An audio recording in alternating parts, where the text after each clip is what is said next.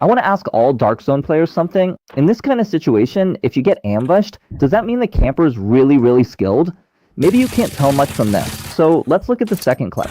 This is definitely a kill replay, and he did take me out. But I want to ask, is the person who took me out really that good? Is he really that strong?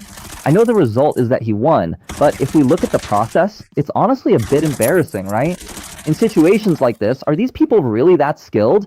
After we finish a run, we always remind everyone in advance, just because you're in a low difficulty match doesn't mean you're invincible. You still need to clear out spots.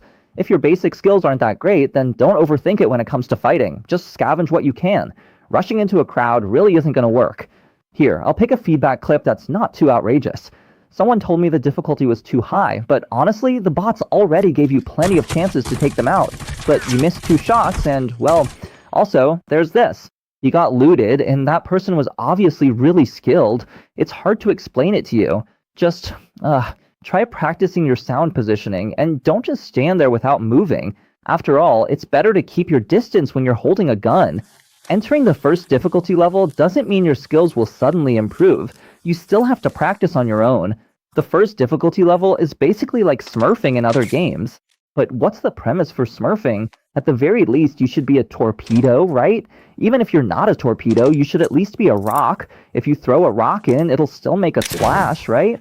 Anyway, I've chased down a lot of people with a knife, and most of the time when I see someone who's really struggling, I'll just let them have it.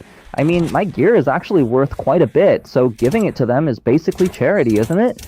After all, they're newbies too, so I'll let them earn a little more.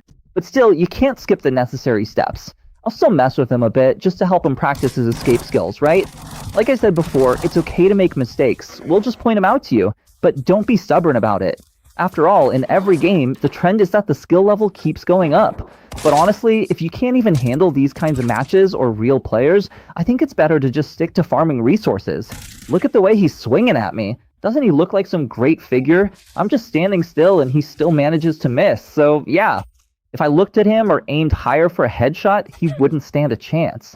See, I'm standing still and he has to swing so many times. There's some ridiculous footage, but I won't show it. If you struggle with bots, farming resources is still fun, right? Don't stress over blueprints.